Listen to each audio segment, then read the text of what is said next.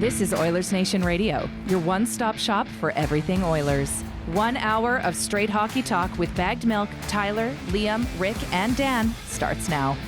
Oilersnation Radio Tuesday episode. Squad's all here. Everybody's here. Tyler's here. Sick Tyler, though. Yeah. I'm also a little under the weather. Dan's here. Rick's here. And Liam is enjoying his lunch. Yep. Avoiding being sick. Well, you're getting the vitamins you need to avoid being sick. What do you got chicken there? Chicken broth. Yeah. The chicken, Mr. Noodle will do that trick for you. Chicken broth. Uh-huh.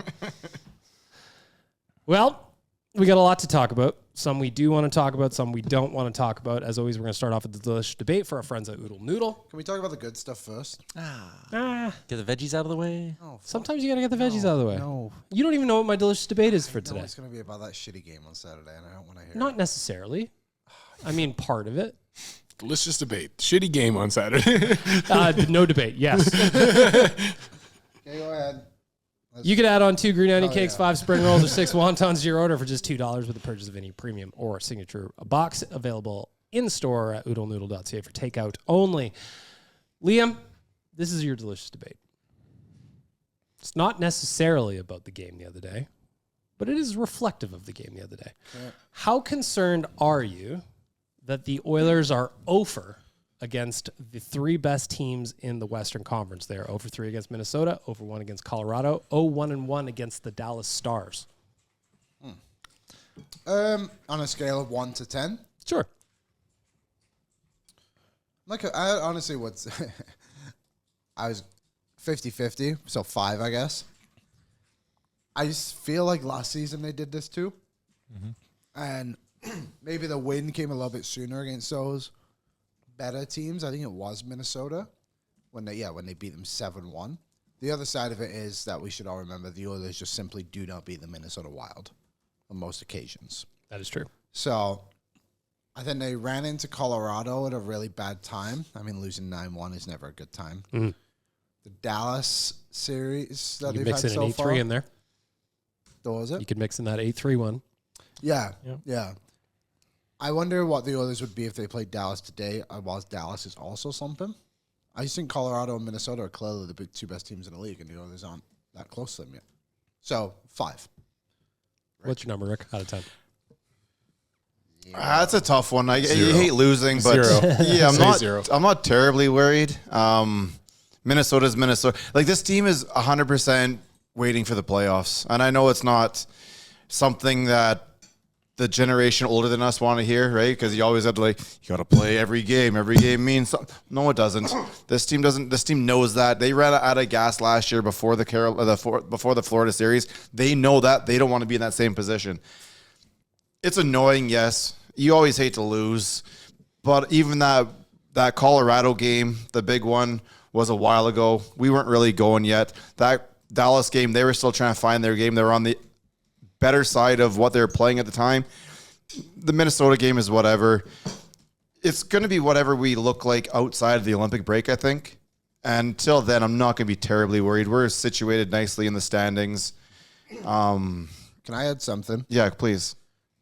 The one thing that would put me on the worry side of it a little bit more is that those games against Dallas, Colorado, Minnesota all came in a very similar time. Yeah. Where this one is kind of like the outlier of they should be past their shitty slump, and they seem to have pulled themselves back into it. Yeah, I mean, they came out and said that, they're not a great defensive team.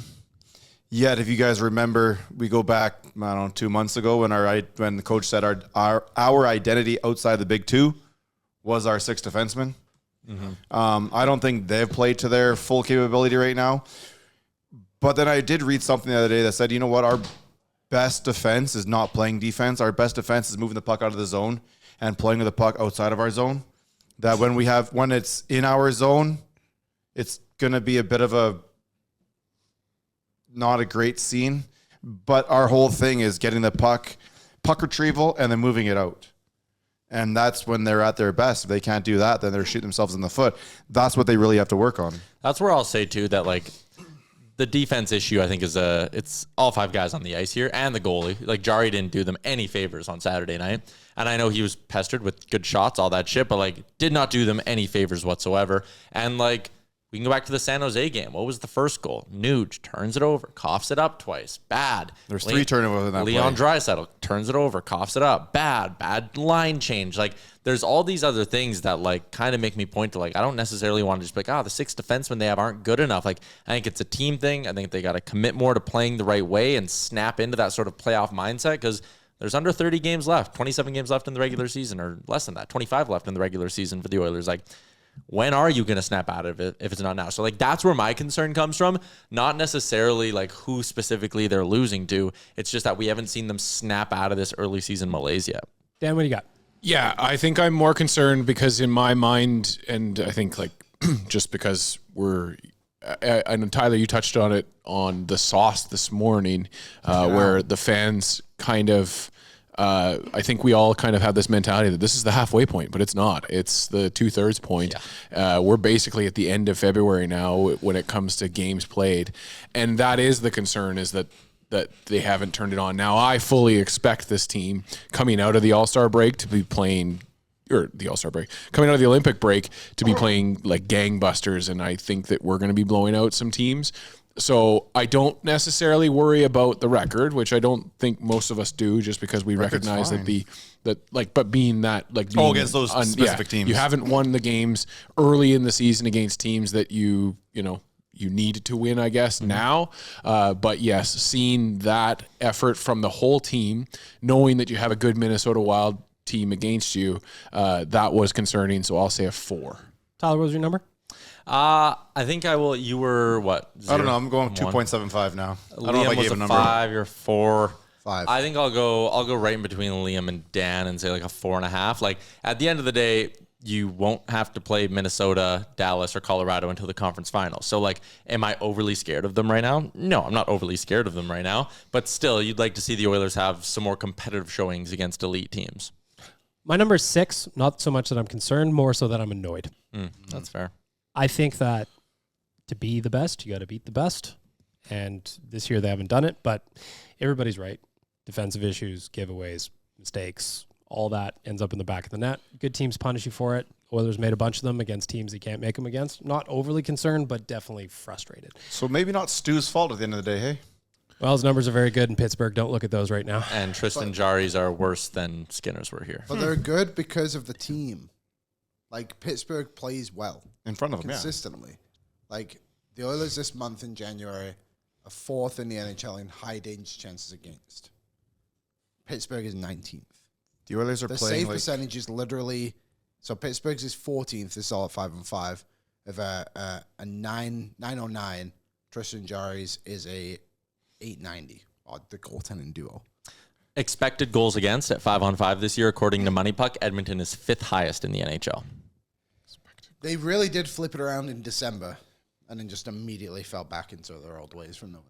In December, they gave up the 24th fewest high danger chances against with 125. And that's why my number for frustration is 6, because they just can't keep it together for longer than a short stretch. They keep playing like Plaxico Burress walking into a nightclub. Who? He was wearing sweatpants and had a gun in there and he shot himself in the foot. I love that. Can you say the player's name? No idea. Plaxico Burress. Played for the Giants. You didn't know this story? Oh, it would have been real. Yeah. Yeah, it was early days. Classic. It's a good one. So you always keep the safety on. That's why I keep my Also, he had it tucked in his pair of sweatpants. I don't feel like the waistband there has got the real He's got too much of a give, belt. you know? When I say the Oilers have fallen back into their November form, they've actually given up more high danger chances, and maybe there's more games in January, I don't know. But they were 2nd in the NHL in December for high danger chances against, and 32nd in 5-on-5 save percentage. So I guess, how do you clean that up? Forwards play better. All 5 guys on the ice need to play better. 5 guys, that's fair. I just think, like, I'm sure we'll get to it later, but, like, yesterday there's a big conversation on the live show about Artemi Panarin, and a lot of the comments in the YouTube were like, we need defense. So, but I think there needs to be the understanding of, if you were to get an elite forward like Panarin, or let's just even say a Bobby McMahon, either one of them, somebody can play in your top 6. There's a big difference between the two quality. Sure, but I just mean like a good forward that you can plug into your top 6, and Nuge comes down, it probably becomes more trustworthy of a forward group. You can play 3 lines, whatever. If Knobloch does that, that'll be up for debate anyway. But even he's the one who gave the puck away twice before that. I know, one but goal, you know what I'm just saying? saying, Yeah, like, it's how everybody. often does he do that? So I think that it comes down to the forwards, and I think Jari's comments are interesting and necessary. And I think it's been a really positive thing that coming out of it is basically every other player being like, we need to figure it out. Mm-hmm. Now it's time to do it. Show us tonight when you play this crappy Maple Leafs team. Yeah, talk's cheap. Yeah, I still think it'll start outside the Olympic break, and I think you'll have 3 guys probably who should be on their respective teams that aren't, so they should be coming out pissed off and rested.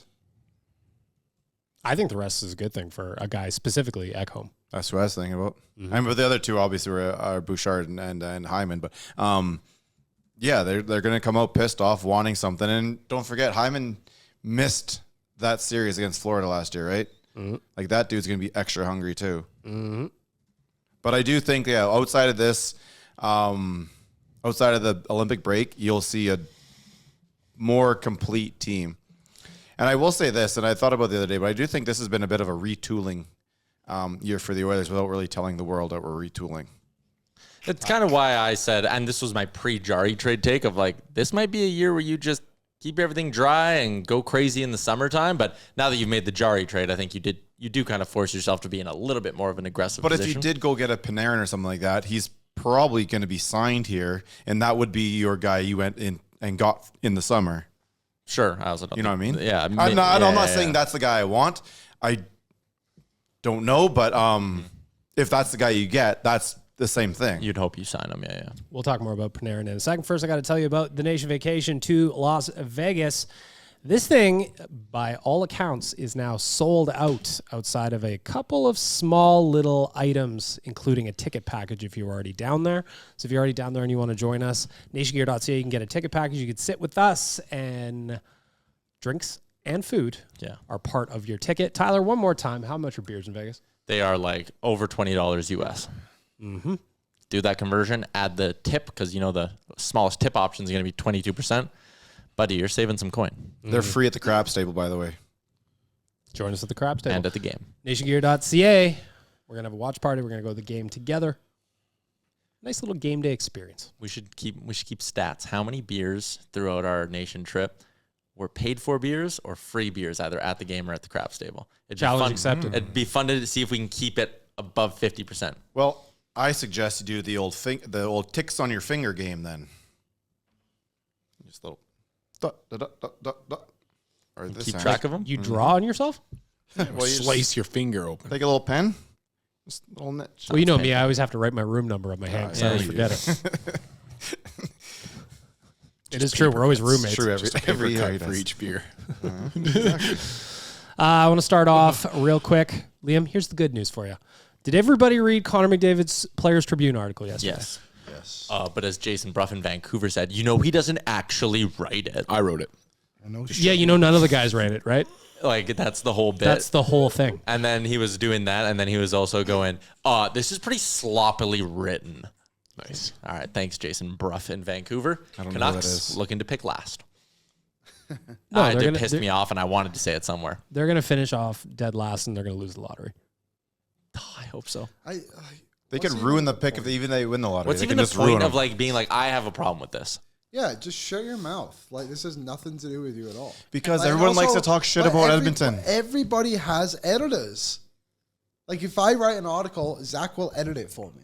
Because that's his damn job. So it's and not that your is what the words. Player Tribune's person's job is too. So it's Well, not your and the other actual thing words. It's my words. Like, McDavid definitely wrote this article. Like, he definitely, maybe not, he didn't write down. He but said like, this. These are his words. My So he just wrote it for understanding of those is that the player always sits with a writer, him. Yeah.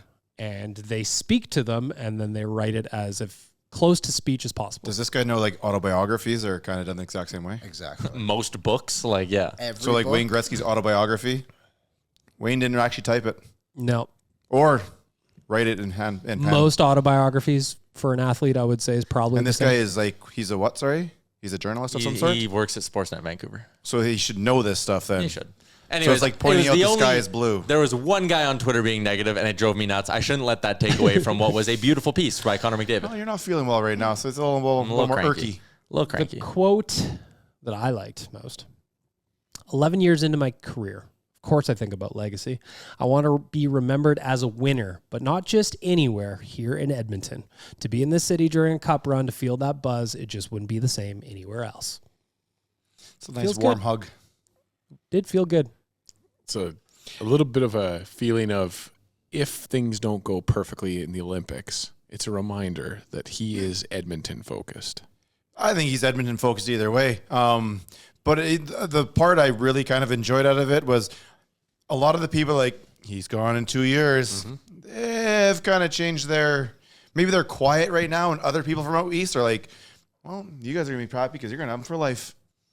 Yeah. Anyway, anybody else have any thoughts on it? I thought it was great. I thought he was pretty candid in it. You talked about him being a hockey robot. Thought that was funny.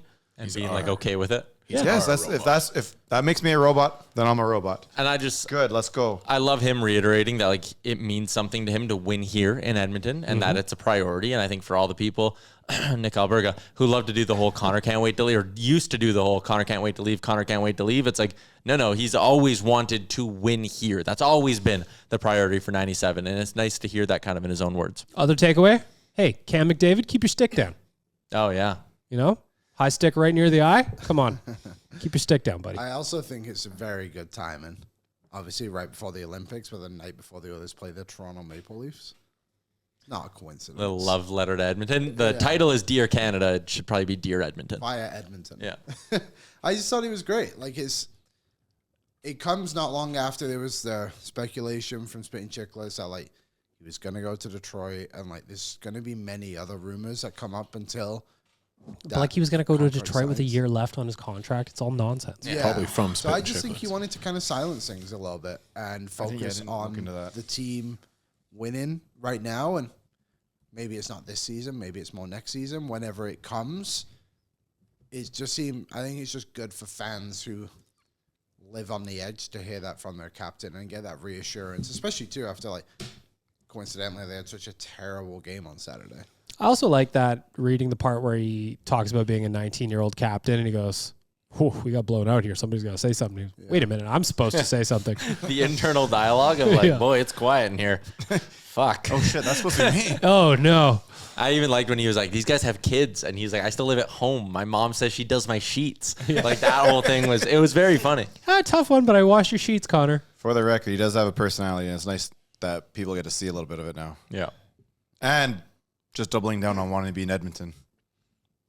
Wanting to win here. Everybody. The buzz in the city during the playoffs. Again, if you are an Oilers fan, you're listening to this right now, which if you're not, would be odd to listen to this on a twice weekly basis. A little weird. Make sure you get to Edmonton for a playoff game at some point in your life. You can just be in the vicinity of the arena and get a pretty good taste of it. Just be downtown and you'll have a good time. Now, if you're about my age and you go to the Moss Pit, you will feel old. I'm just preparing you. Just let you know. But it's a good time anyway. Other news that happened this week, and I see his name up in the rafters. Congrats, boys. That was a fitting tribute. Yep. Calvin Pickard placed on waivers and cleared waivers. Question, any thought that somebody was going to claim him at all? I will say yes, I had a small thought because he has some proven playoff games under his belt, and I wasn't thinking about him being the backup somewhere, but more as some insurance as we go down the stretch drive. I thought Philly was maybe going to take a look at him. I thought maybe Vancouver just to have a veteran in there to ride out the season with. But I'd say I was still over 50% confident he was going to clear. I just think, again, we kind of forget because we love Calvin Pickard and we have an emotional connection to him.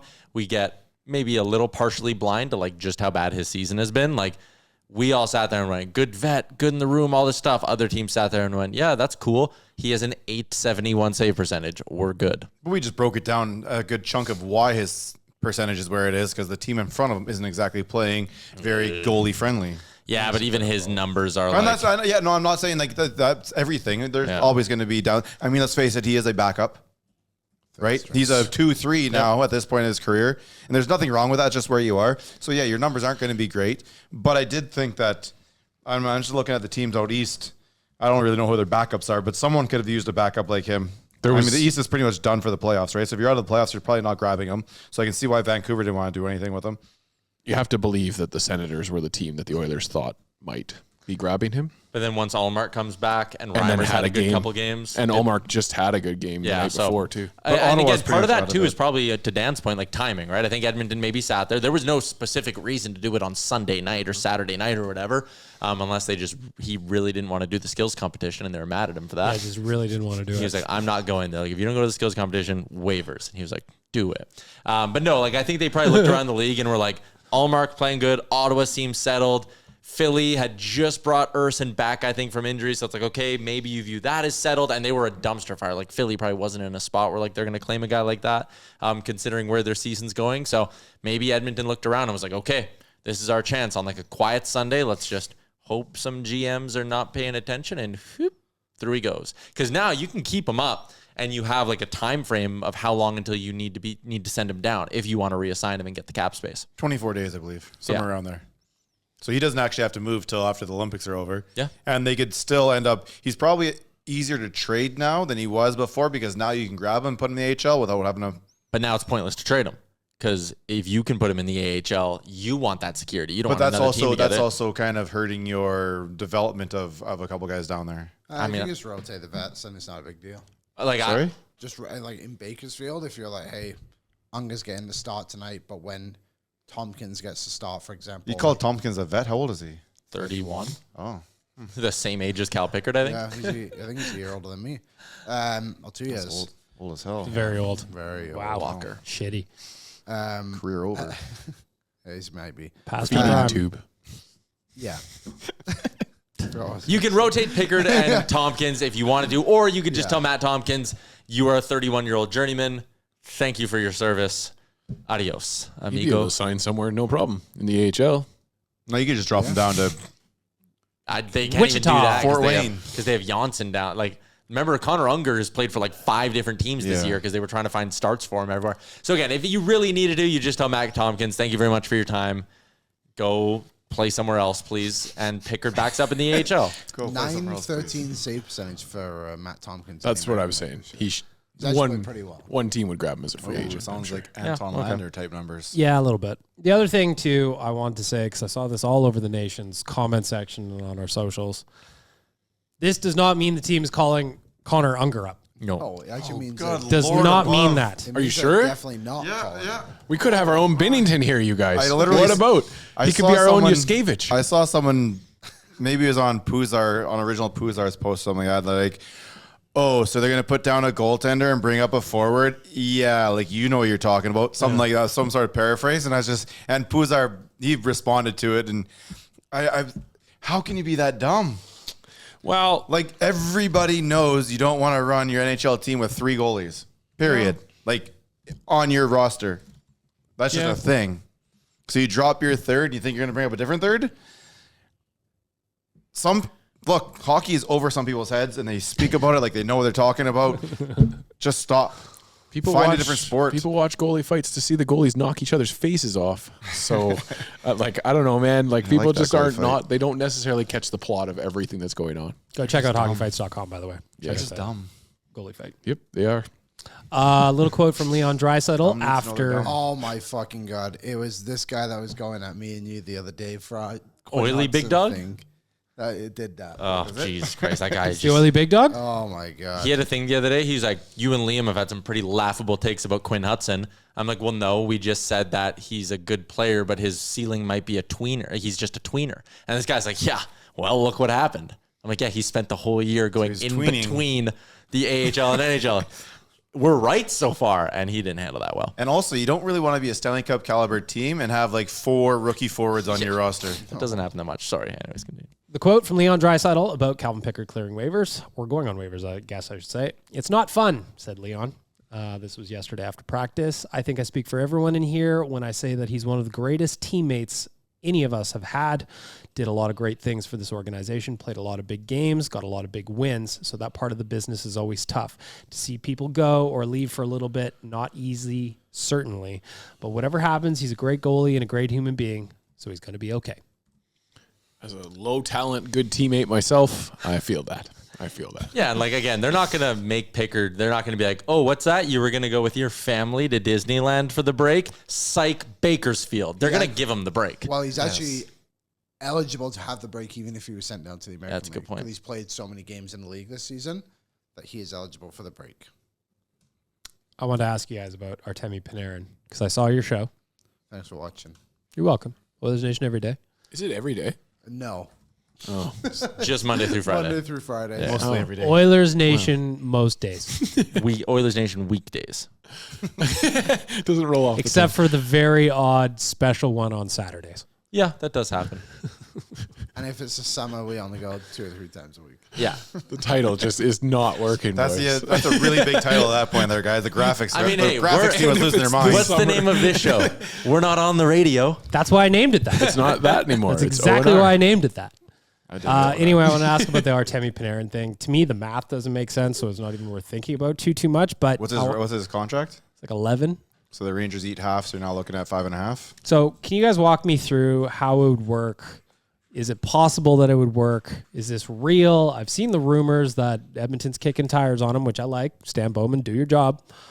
But let's talk about it in a very real way. I don't think it's impossible. It's not impossible, but it is highly, highly unlikely.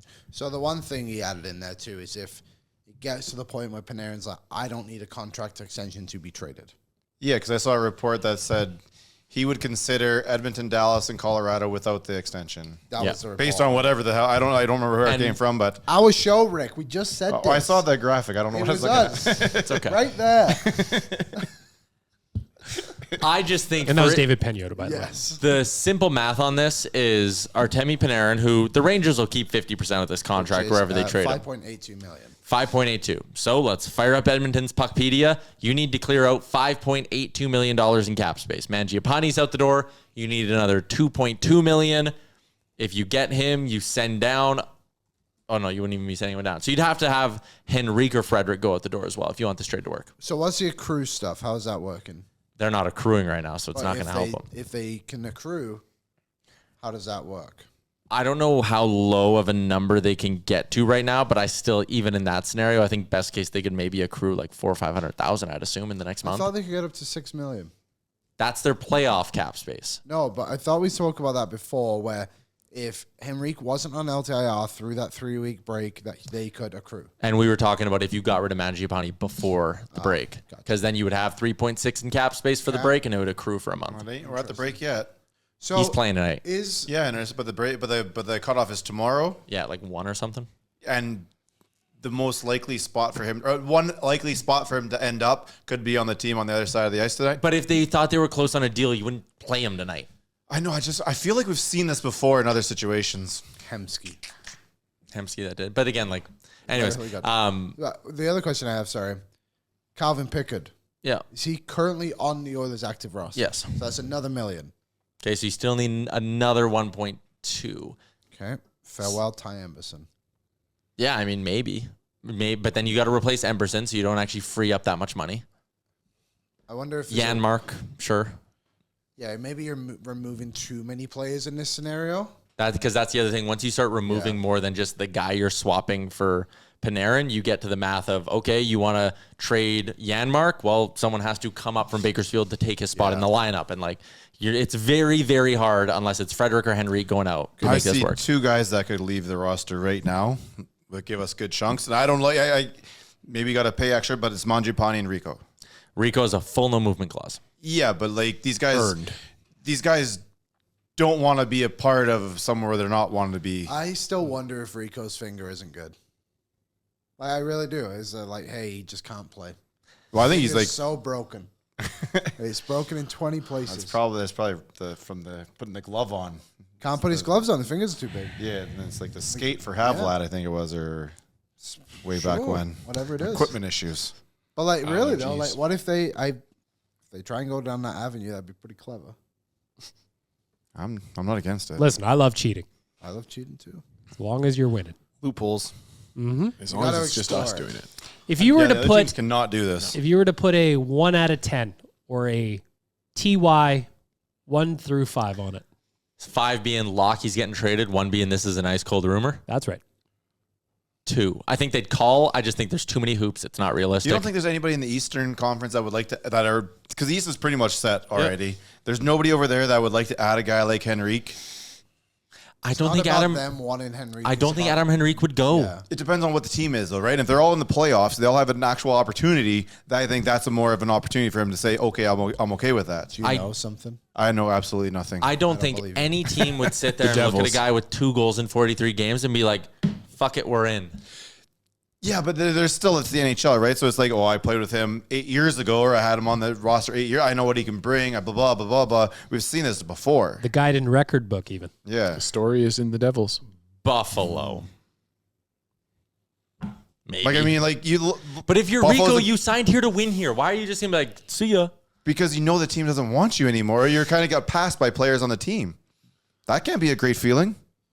Yes and no. He might sit there and go, like, we don't know if he wants to keep playing after this. He's made a shitload of money in his career. He might sit there and be like, I'm giving this one. You'd be stunned. 50.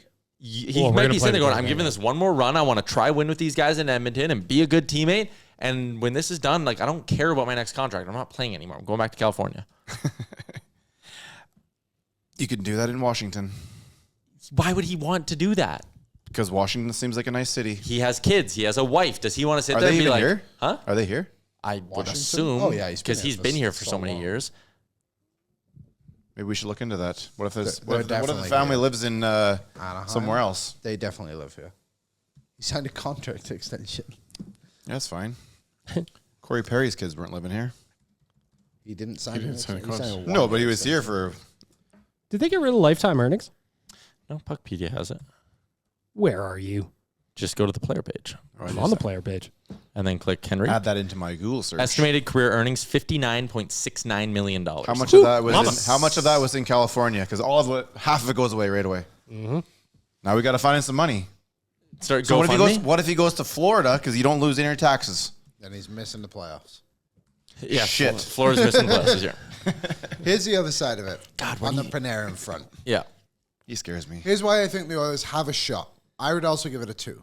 I don't think it's anything too serious, but I'm just glad to hear their name connected. I think that's positive. Yeah. We like fishing. There's just like not many teams who can afford him with an extension. How are we going to get Rantanen put into this? You know what I'm saying? Like, we were prepared to bring Rantanen in and sign him somehow. Because we wouldn't have Tristan Jarry. Boucher was going the other way. So there's your 10.5 that you would have rounded up and gotten your Rantanen number. Well, that was our Norris Trophy winner. Yeah. I just think in the East, when you look at it, like the only team who I think would be a fit contract-wise and with the extension, I think there could be 2.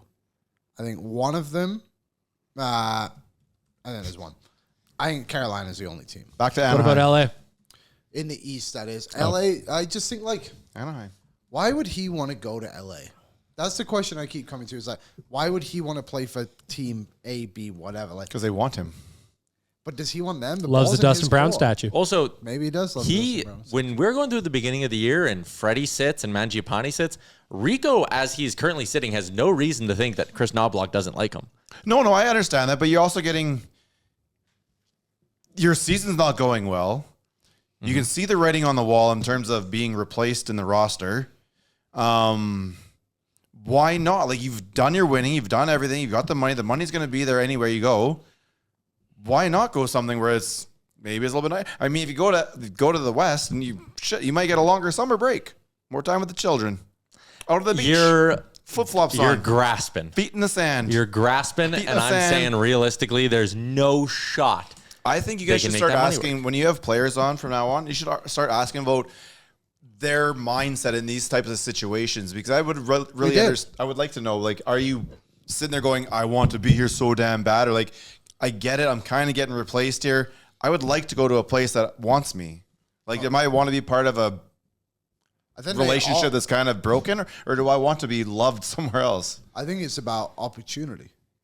Like, when we spoke to Hots the other week, he said, he's like, I wanted to play, I think it was Buffalo he chose. It was Buffalo. He's like, I wanted to go to Buffalo because that was a spot I was going to be able to be a legit starting goalie. Because his other option was super interesting, was to play behind Tuukka Rask in Boston. Yeah.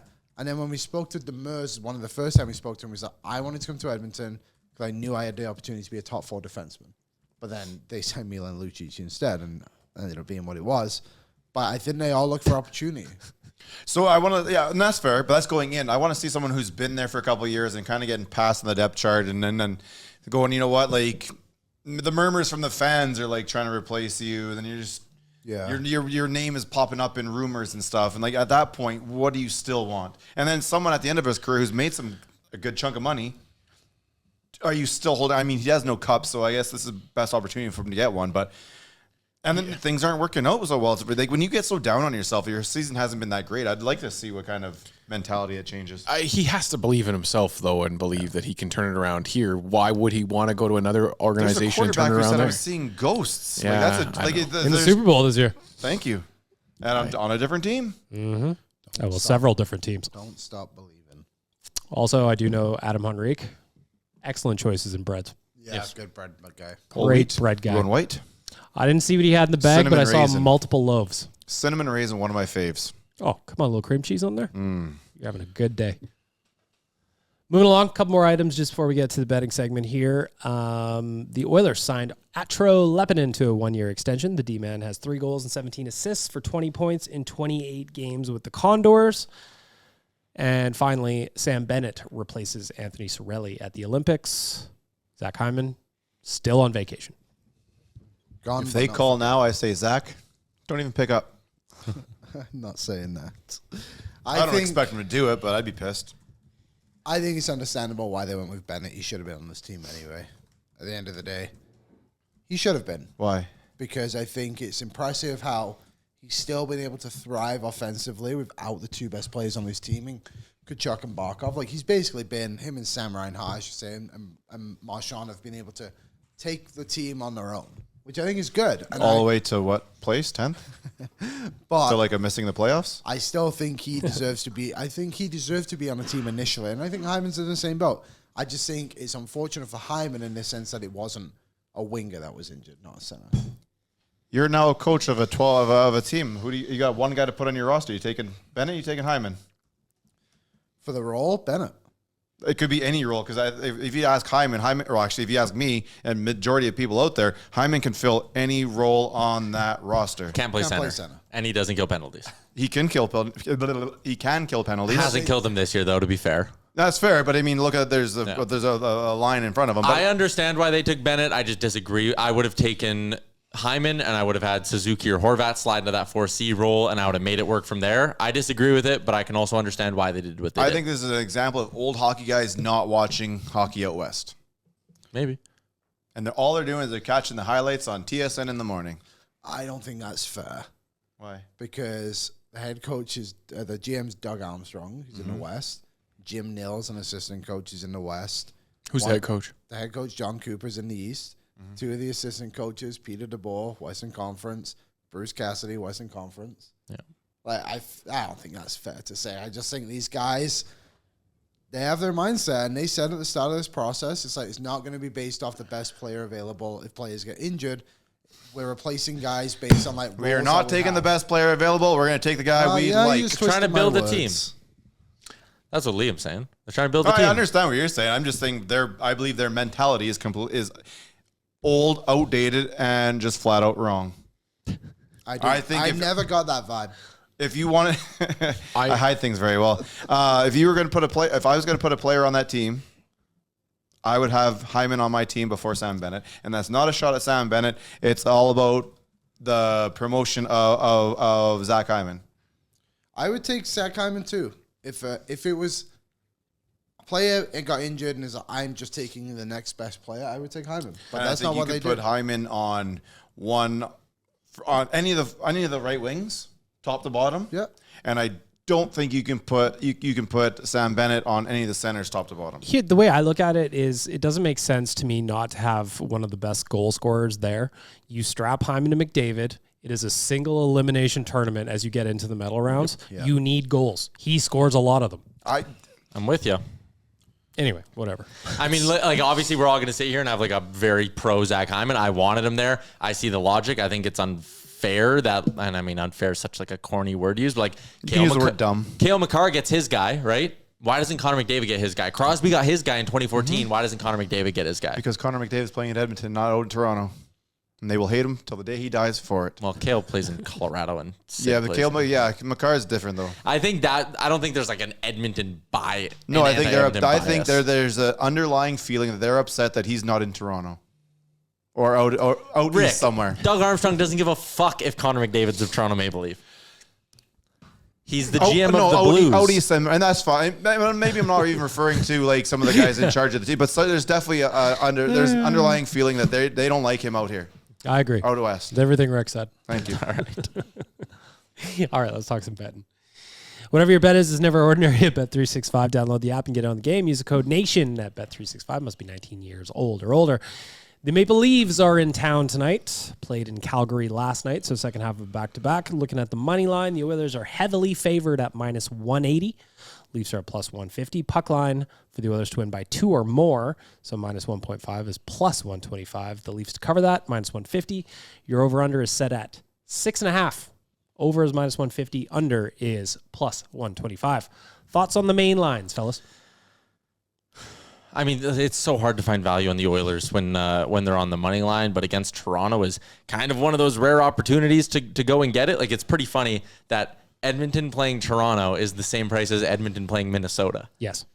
One of those teams is astronomically better than the other one, but again, betting odds are fluctuated and impacted by different sort of things. So I like them at minus 180 more than I like them. I didn't touch Minnesota on the money line at minus 180. I will touch this in some parlays. Couple of other ones I'm looking at. Kasperi Kapanen, 3 shots is minus 130. Our boy's been firing the puck since he came back from injury. I like that one. Another one is Ingram gets a start tonight, yes? Yes. I did this morning.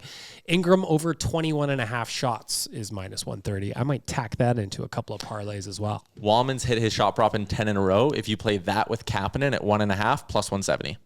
I was going to say Wallman shot. What's his line? Minus 1.5. 1.5 minus 190. Let's do it. I'm in on that one thing I track of quite a bit is shot props, and McDavid's shot props have come back down to like earth again from his 9-shot game. So if you're looking for a jackpot of McDavid shots, his last 5 games have been 3, 2, 3, 9, and then one is line is set at 3.5 tonight. Yeah. So he's gone under in 3 of 5. It's funny when you do 4 like 5. when you're doing the same gamers when you can pick how many shots, and it's like 2 shots from McDavid was like minus 2,000 for 2 weeks. Yeah.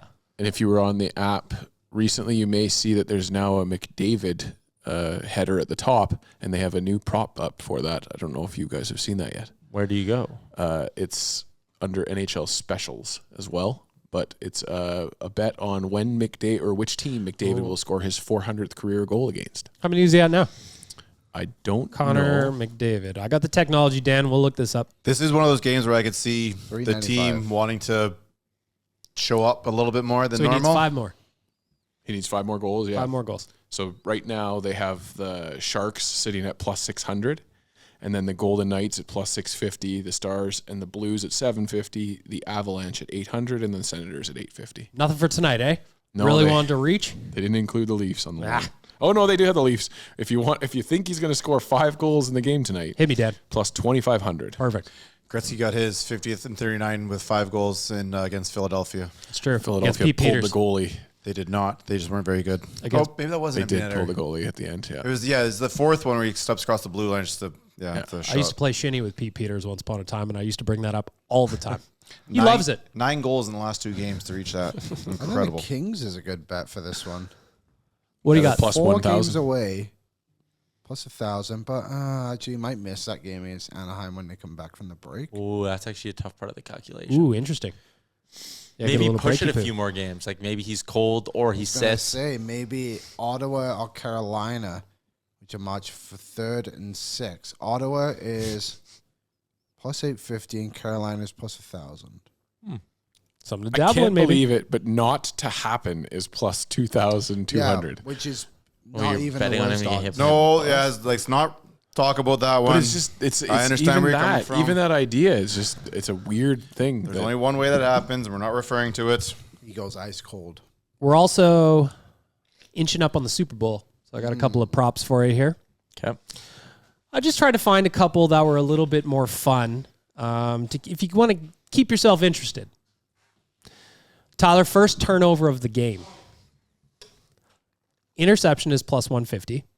fumble is plus 175, turnover on downs is plus 300, or no turnovers at all is 1,600. Turnover on downs is mildly tempting. It's very tempting. McDonald's is not really that kind of a coach. No, I wouldn't see them be the one doing it. If anybody needs touchdowns, it's going to be New England. And if Seattle's smart, if you're in kicking range, you take your 3 and 3 and 3 because it's going to be very hard for New England to come back. Yeah, I don't know. I think I stay away from that. What are field goals then? What was the question, sorry? First turnover in the Super Bowl. Oh, interesting. And like the outcome of it? Yeah, so is it going to be an interception, or is it going to be a fumble? Is it going to be turnover on downs, or is it going to be no turnovers at all in the Super Bowl? Fumble for sure. So fumble would be plus 175. I don't mind fumble. Ramondre Stevenson plays on the other team. He's been good, though, in the playoffs. Turnover on downs, going for it on fourth down. The first turn, no, It's the the first first turnover, one though. kind of. No, it's got to be a pick. I mean, I think Drake May's thrown a pick in every game. Yeah, because No, he's not great in the playoffs. No, he's perfect. He's good enough. Another one QB. Another one I found that was fun is, and this is both teams' aggregate total third down conversions in the Super Bowl. The line is set at 11.5. Oh, fun. Over is plus 140. Under is minus 180. And I took it a step further. I'm like, how many third down conversions was the average last year in the NFL? That was going to be my question, sort of. 11.8. It is 9.5 third down conversions was the average from last season.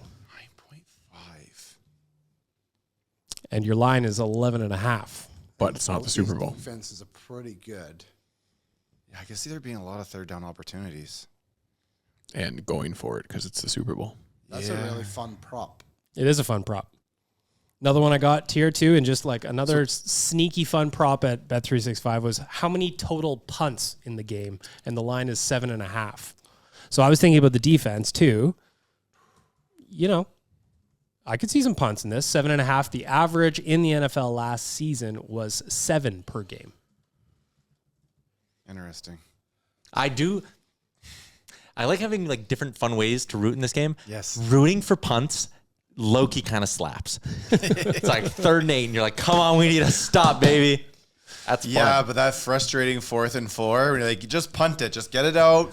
And no, coach is like, that's why you say. But then you bet on someone to miss a 4th down conversion. Yeah. But that's first turnover, though. Yeah, okay, good point. Still, I like betting on punts. It sounds kind of fun. Anyway, I just think there's some fun props. If you wanted to get interested in the Super Bowl and you want to put a unit down or something like that, there's a couple for you. I'm going to dabble. I love props in the Super Bowl. Mm-hmm. I'm going to do Anthem. I'm going to do Gatorade color. I'm going to do coin flip because on Bet365, that's even money on either side. The one I like, Tails never fails. Like a big prop, but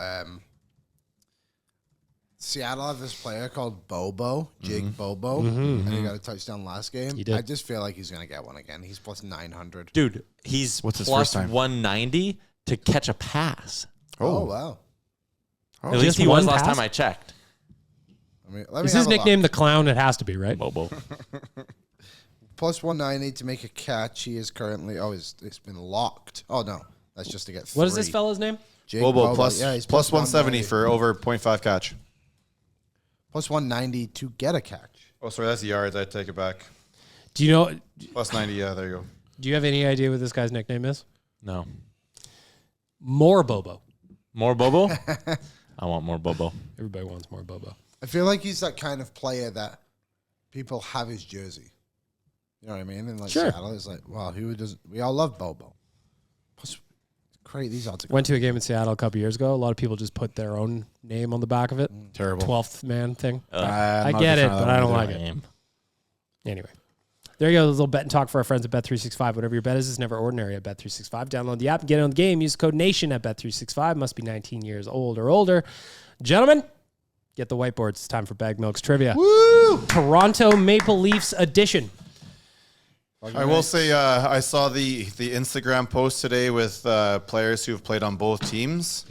Oh, And did the you fact see that we left former captain Jason Smith off that was That is crazy. true. Yep. Why But do you then I realized no, it's a lot of the youth. stop talking like that about us. Just say our name. Don't be afraid. We all know it was me that posted it. Oh, do you? I have no idea. You I don't know. I would honestly. Why would he know his youth? The majority of stuff that's posted on was. Instagram from ON, I would assume was was. Listen, I'm the head of social media for this company. I did not know you post those. I meant that you knew it was ONE that posted them. No, it wasn't ON. It's a fucking Oilers Nation. It's the carousel Instagram post that gets done every game. Yeah, that's it. Oilers Nation every day makes it. Oh, I had no idea. Yes, you So did. well, what do we know? Unbelievable. Say my name. I just said was multiple times. I thought it was. Was. I just assumed. Say my name. The intern. He needs stuff to do, and that's what he's doing. Told him to make it obscure. Say my name. We got Tristan posting those? No, he makes them. I post them. Okay. So you get credit for the posting. He throws up the alley, and you put down the oop. Yeah, It's a so great job. you get the credit for the So you're posting. Pat Maroon, and he's Tristan making the and he's graphics. Connor. That was my idea. Is that why I got an email from you the other day being like, "Hey, can you please accept the collab of the video that you're in?" That was me just helping out the youth. I'm going to admit I did not click on a video and did not know you were on it. Bag Meals Trivia is presented by our friends at Swiss Donair. I got to go to Vancouver for a couple of days for some meetings, and I'm thinking that what I need to fuel up before my flight tonight, it's a Donair. Oh, I was gonna say when you get home. No, I'm going to get a pre-flight Donair, I think. Oh, you're gone. I'm gone. Is Jay gone? Jay gone. Oh, so that solves our my show problem. Yep, there you go. Oh, Jay off the show? You want me to just tell had him? a loaded show tomorrow. You want me to tell him? Yes, I don't want to. Been dropped. Here, I'll Put in an text him. email. Jay was great on the show today. You got the chat fired up. What was he talking about? He has the chat hates him.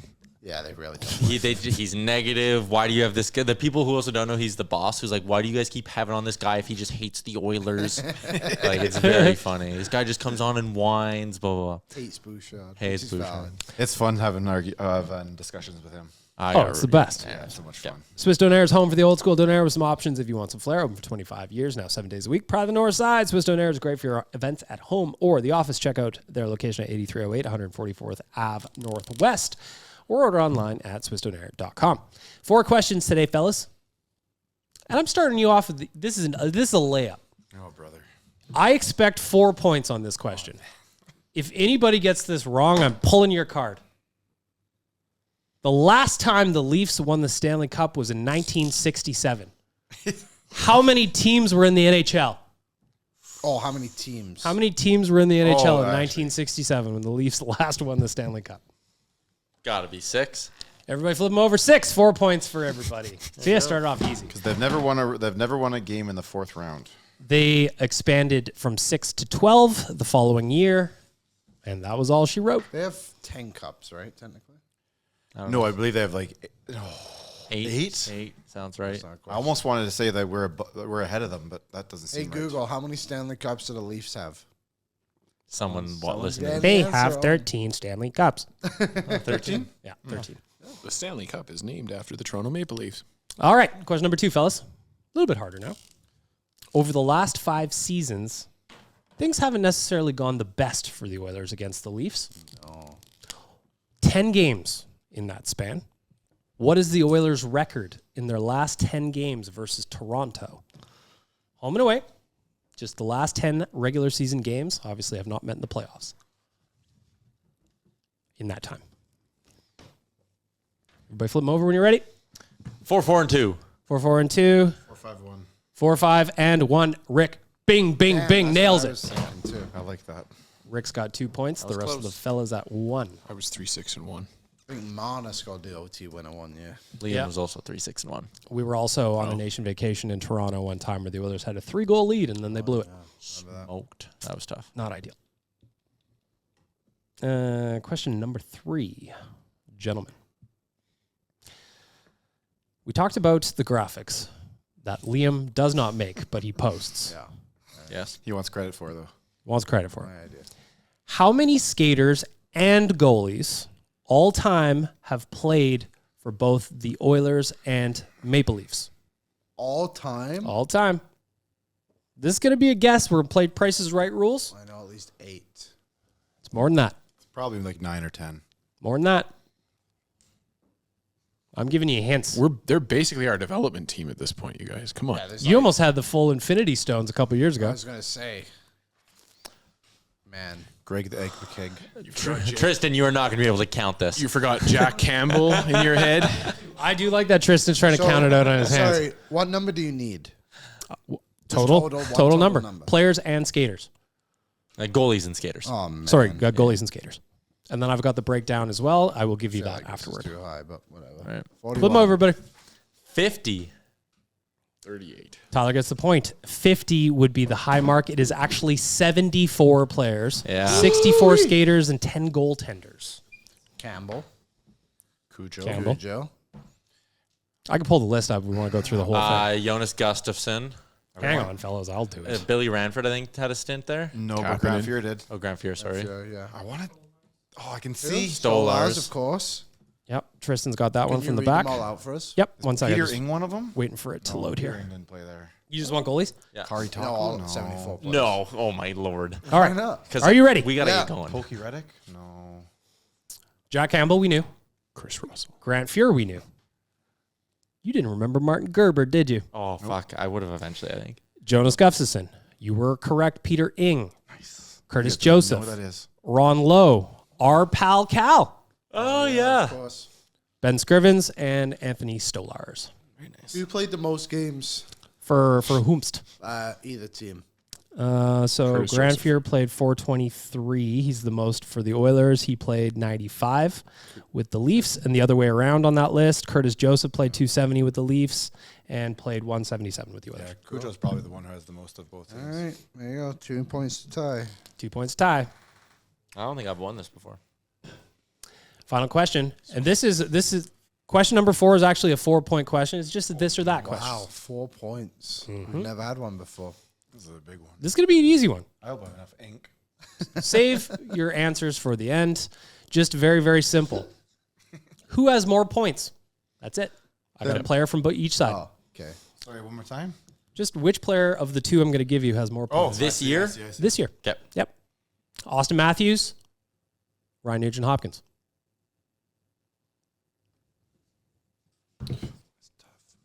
Missed a lot of time. Nuge missed some time. I know Matthews is Matthews not having a good year. Should we do all 4? Sure. Well, you can do all 4 and then we'll flip them. Question number 2. Zachary Martin Hyman, Matthew Nyes. Question number 3. William Nylander or Evan Bouchard? Tyler thinking. I see it. And then final question. This or that. Matthias Ekholm or Morgan Riley? I feel like I got one wrong, and I know your game here. I feel like you're doing something to us too. Last one was Ekholm and Morgan Riley. I'm changing that one. Morgan Riley is a bum, by the way. All right. Yeah, no, I'm not changing it. Fuck it. Everybody flip them over. This is a 4-pointer. So, Going all question number 1. Answer. Matthews.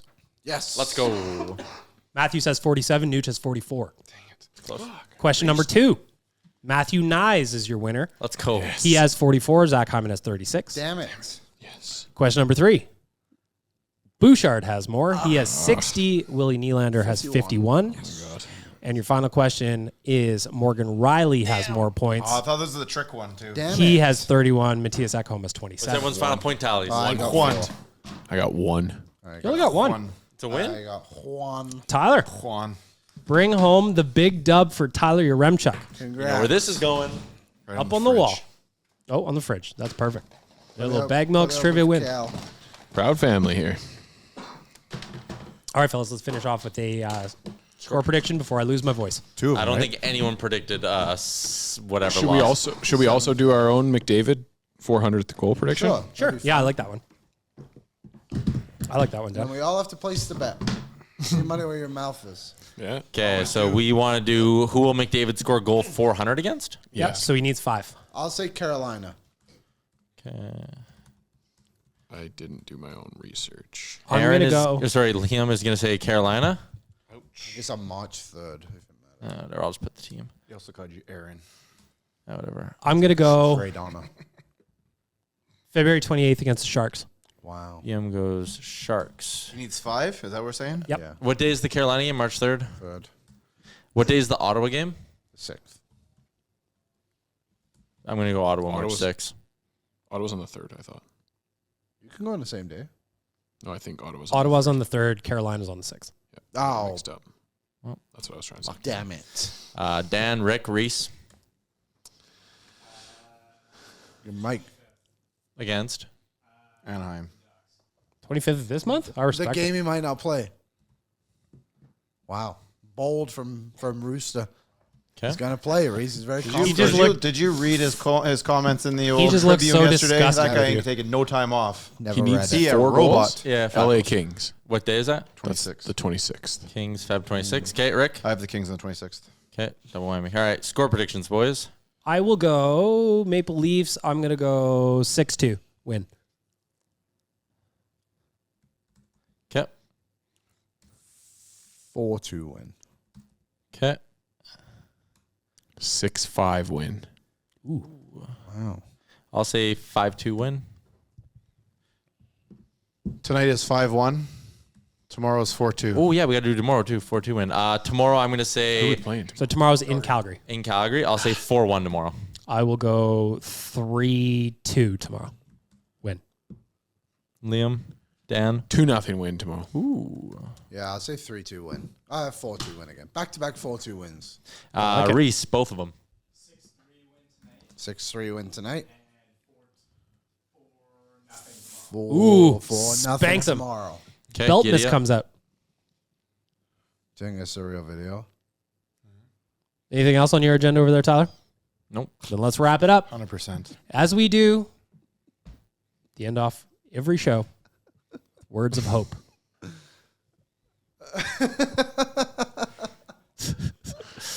Reese, what do you got for us today? His mic doesn't work. Ah, okay, Come walk fine. over to Liam's mic. All right, Look here into the comes Reese. camera. He's going to give us some Use words eyes. of hope. Stand between Rick and I. Yep.